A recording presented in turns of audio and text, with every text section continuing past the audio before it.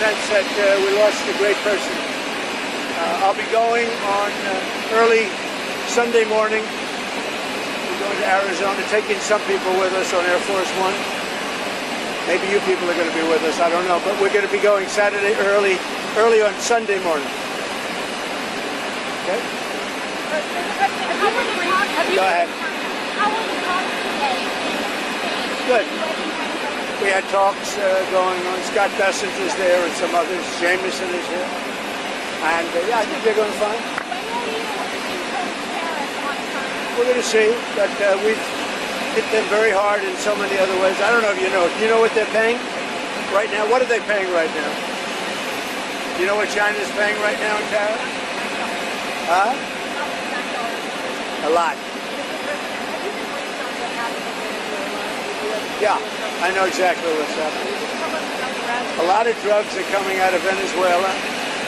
A lot of Tren de Aragua they're trying to get out, but we're stopping them successfully at the border in Venezuela. We have a tremendous amount of security. They're sending Tren de Aragua, that's the gang, probably the worst gang in the world, MS-13M. I think they're probably considered worse. And we don't like what Venezuela is sending us, whether it's their drugs or whether it's their gang members. We don't like it. We don't like it one bit. Hold it. You want to move over here, fellas? Wouldn't it be easier for you? Go ahead. What was the message to Tory Prime Minister on Friday? Look, we're with them. You know, they've been a great ally. A lot of people don't understand that about Qatar. But Qatar's been a great ally. They also lead a very difficult life because they're right in the middle of everything. So they have to be a little bit politically correct in their terms. But I will tell you, they've been a great ally for the United States, Qatar. Well, we'll see what happens. There's certainly not a lot of boats out there, I'll tell you, since the first strike and then to a lesser extent the second. We don't see any, we almost see no boats out there, which is fine as far as I'm concerned. There's been very little boat traffic. I can't imagine why. And just on that, do you think you will start with strikes on the mainland, Venezuela? Oh, we'll see what happens. Look, Venezuela is sending us their gang members, their drug dealers, and drugs. It's not acceptable.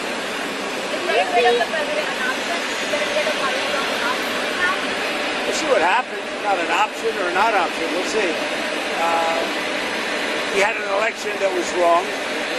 It was almost as corrupt as our election of 2020. You know that? You know what I'm talking about?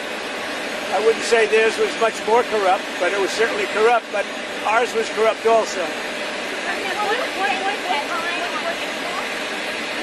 I may or may not. They're negotiating TikTok right now. We may let it die, or we may, I don't know, it depends. Up to China. It doesn't matter too much. I'd like to do it for the kids. They like it. I mean, selfishly speaking, I did very well on TikTok, and I got the youth vote. I got numbers that nobody's ever even come close to in the Republican Party. Nobody. If you look back to Romney and all these people, they got practically no votes. I got a lot. And some was attributed to TikTok, and a lot was attributed to Charlie.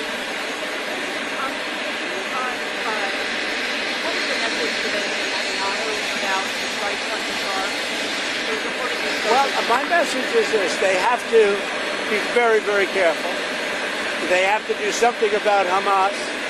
But Qatar has been a great ally to the United States. A lot of people don't know that. I told the Emir, who I think is a wonderful person, actually, I said, you need better public relations because you don't really get the public relations. I mean, people talk of it so badly, and they shouldn't be. Qatar's been a very great ally. So Israel and everybody else, we have to be careful.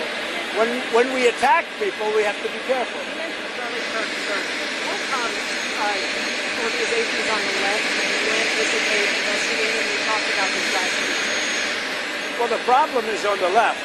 If you look at the problem is on the left. It's not on the right, like some people like to say on the right. The problem we have is on the left.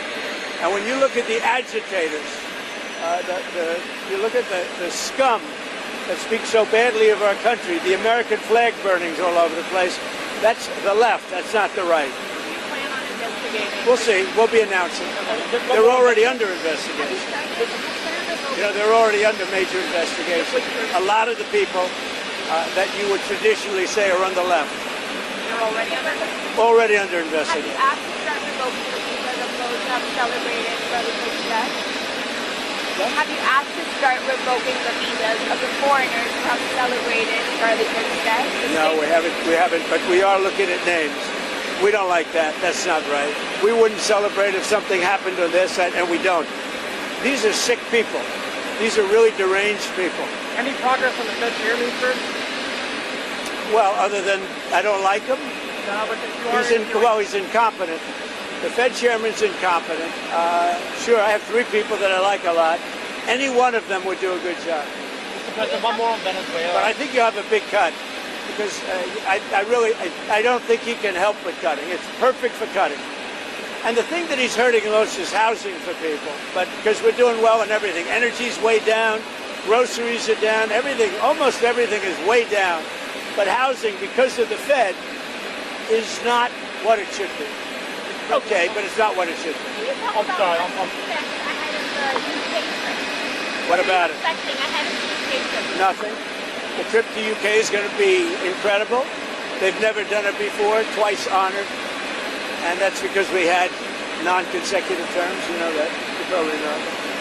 But back in the days of Grover Cleveland, I don't think they did this too easily. So we'll see. But this is the first time it's ever happened. And Windsor is supposed to be amazing. They've never used Windsor. They've never had Windsor for this. And they're going to be doing Windsor Castle. It's going to be very exciting. I think a lot of you are going with me. Are you going with us? Huh? Are you going with us, Maggie? Not with you. Good. Just one more on Venezuela. The president of Venezuela called the strike on the boat illegal. Are you concerned that Maduro might escalate something? So what's illegal are the drugs that were on the boat and the drugs that are being sent into our country and the fact that 300 million people died last year from drugs. That's what's illegal. Do you think he's not telling the truth when he said it was a fisherman's boat? Do you think that he's Oh, there. Give me. You could see it. You saw the bags of white everything right through the bags. It's nonsense. So we knew it before they even left. We knew it before they even left. We knew exactly where that boat, where it came from, where the drugs came from, and where it was heading. I mean, the problem is nobody's getting on boats anymore, so maybe that's a good problem. Do you expect NATO to issue sanctions against Russia as they're asking to do over the weekend? Well, they're not doing the job. NATO has to get together. Europe has to get together and do it. Look, Europe they're my friends, but they're buying oil from Russia. So we can't be expected to be the only ones that are, full bore. But Europe is buying oil from Russia. I don't want them to buy oil. And the sanctions that they're putting on are not tough enough. And I'm willing to do sanctions, but they're going to have to toughen up their sanctions commensurate with what I'm doing. Just to clarify, you wouldn't move ahead until NATO moves ahead. Well, I'm ready to move ahead, but they have to do it. I think they will. But right now they're talking and they're not doing it. Look, they're buying oil from Russia. We're not buying oil from Russia. They're buying a lot of oil from Russia. That's not the deal. Sir, on Putin, 2 weeks ago you told us that you would decide who was more to blame for the impasse of the talks, whether it's Ukraine or whether it's Russia. How are you feeling right now? But when you say impact of what? The impasse. Sorry, the nothing's happening. The impasse?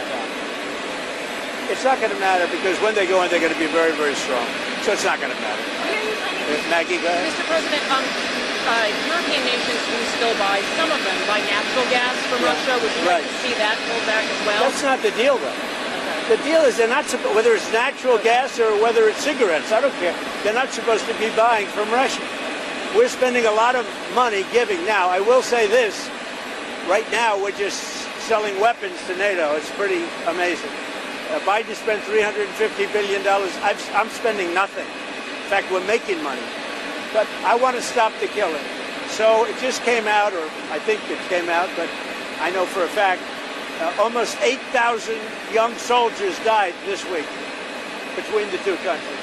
A little bit more from Russia, but divided. When you're the aggressor, you lose more. I don't know if you know that, but in war, when you're the aggressor, you tend to lose more. But it was a little bit more for Russia, but it was 8,000, a little bit more than 8,017 actually, died this week in that war. Why?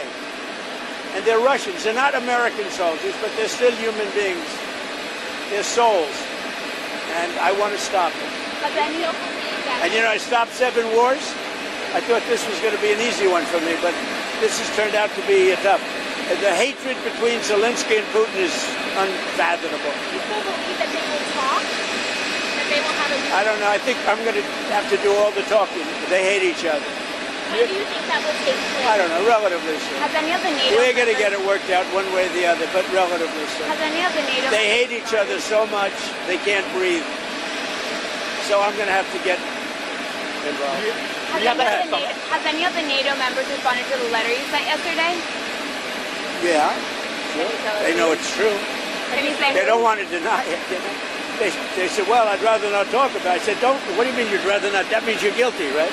Yeah, no, they agree. I mean, they look, they're buying oil. But And who they're has buying it through a couple of countries that are selling it. So they're not buying it directly.